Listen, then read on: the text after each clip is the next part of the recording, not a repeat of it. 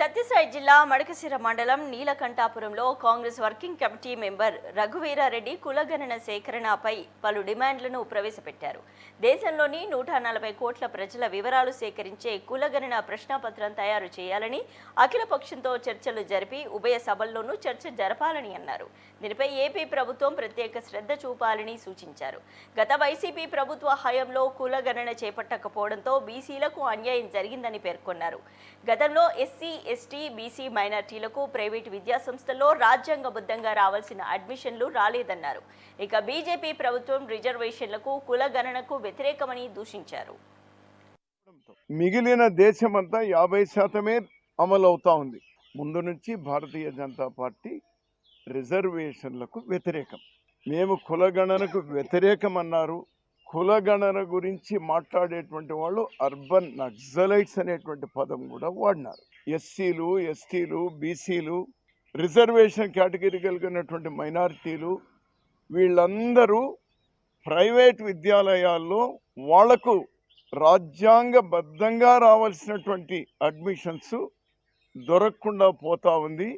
గత 11 ఏళ్లుగా మీరు ఇంప్లిమెంట్ చేయకపోవడంతో రిజర్వేషన్లో ఉన్న వాళ్లకు సంతృప్తిగా లేదు, రిజర్వేషన్ లేని వాళ్ళు కూడా సంతృప్తిగా లేదు. రాజ్యాంగంలో ఉన్న 15(5) సవరణ ప్రకారం ఈ సంవత్సరం రిజర్వేషన్ కేటగిరీలందరికీ కూడా ప్రైవేట్ విద్యాలయాల్లో అడ్మిషన్స్ జరపాలి.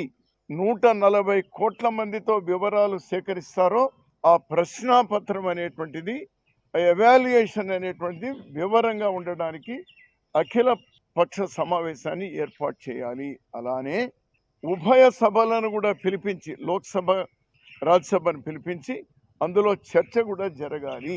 ఈ క్యాస్ట్ సెన్సస్ అనేటువంటిది 140 కోట్ల మందికి కూడా ఉపయోగపడేటువంటి ఒక పెద్ద గొప్ప ప్రక్రియ.